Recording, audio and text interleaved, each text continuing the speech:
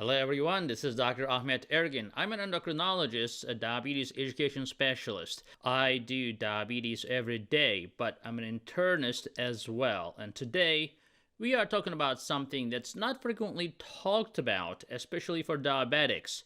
That is B12 deficiency. Now, a lot of you may be B12 deficient and you may not be even knowing it. So as a result, today, I'm going to talk to you about why you could be B12 deficient and the 8 signs that you could be B12 deficient. So, why do we talk about the signs? First of all, you need to know that this could be B12 deficiency. Second of all, it gives you a good reason for your doctor to check B12 levels, because with other reason, sometimes you get a bill at your door saying that your doctor ordered this for no reason. Well, it's not for a reason, but you have to give a doctor to a good reason for him to order instead of just ordering without a good reason. That's called coding, which politics, but whatever it is, it's important to talk with your doctor about your symptoms and then let your doctor figure it out.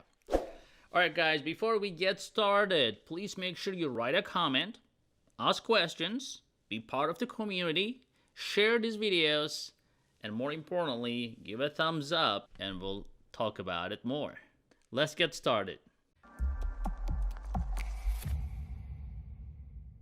Alright guys, so if you have diabetes and you have been taking metformin for a while, again we have metformin videos, the side effects, we have all this in a separate video. You can definitely find that out, and the bottom line is, if you're taking metformin for a long time, your B12 levels may be low. Well, that happens because metformin in the long term slowly but surely reduces the absorption of B12. So you may be getting B12 in your diet, and B12 is a stored vitamin, so you're not going to lose your vitamin very quickly. If you are introducing vitamin B12 in your diet, you will be able to keep up with it, but within years, chronic metformin exposure can definitely drain your B12 levels. That is more important for people who are at the older ages. They may be having problems like absorption problems already, so it's more prevalent in older individuals. But also, if you are a vegan, if you're not eating a lot of animal products, that also can contribute to a rapid reduction in your B12 levels. Alright, so now let's get started on 8 signs that you could be B12 deficient. So B12 is very important. Number 1 is the pale and jaundiced skin.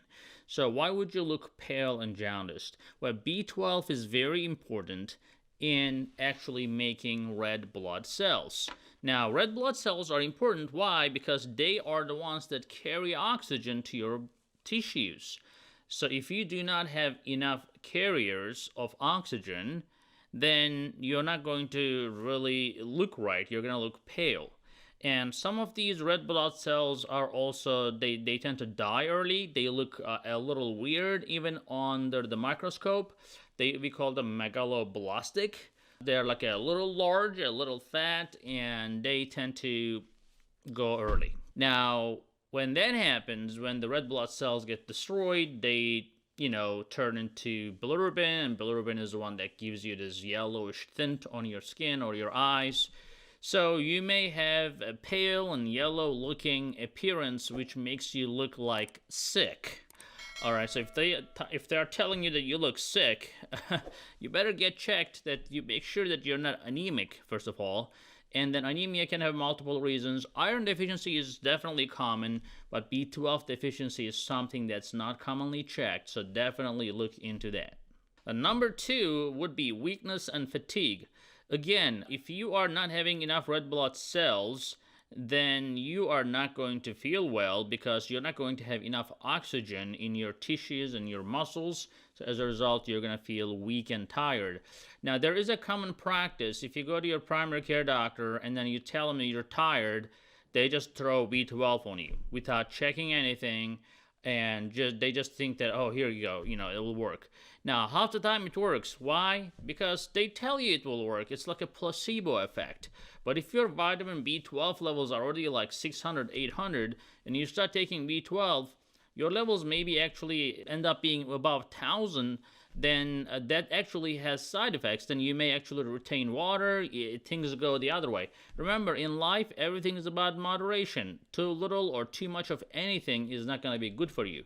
So it's always good to get checked first before you start taking B12. Now, number 3, you may start developing neuropathy. Now, this is a nightmare for any diabetic. We know that because it is gonna hurt you. It's not gonna let you sleep. So whatever you can do to avoid a neuropathy, do it. We had a benfotiamine video, which is a great vitamin. Thiamine or benfotiamine, we have a link about that below. Make sure you watch that video as well. Very helpful for neuropathy. But if you have B12 deficiency, definitely you will feel it. The reason is B12 is a very important cofactor in producing a substance called myelin. Myelin is the sheet on your nerves that protects your nerves, but also allows the transmission of electrical signals. So it's like you have a wire with no plastic covering on it and all the wires are exposed. What happens when that happens? You'll get electroshocked, right? And then the transmission of that electricity is not be as smooth. So our body is just like that. Our nerves are covered with a sheet. If that sheet is not right, then there will be a lot of interruptions and misfirings and so forth. So when you're B12 deficient, you may get pins and needles sensation. That's most commonly that happens in your feet first, and it can happen in your hands as well. If you have that, definitely get your vitamin B12 checked. Now, sometimes, people come to conclusion very quickly. Just because you have pins and needles in your fingers doesn't mean that you're B12 deficient. You have to check it because there are a lot of other reasons to get pins and needles. So always, have an idea of what's going on, but do not treat yourself. Make sure you get checked, because if you do not have B12 deficiency, you may be calcium deficient, you may be magnesium deficient. But you don't want to overload yourself without knowing that you're really deficient, but it's a good reason to get your B12 checked. Number 4 is your balance may not be that great. So again, that's more common in elderly because they already have some degeneration in their nervous system. But again, like we said, it's all about the nerves. We have the vertebra that pretty much controls our sensation. So when you're, for example, on your feet, your nerve endings at the bottom of your feet keep sending signals up to the nervous system to tell you where you are in space. So some of you, for example, may be walking or putting your feet down.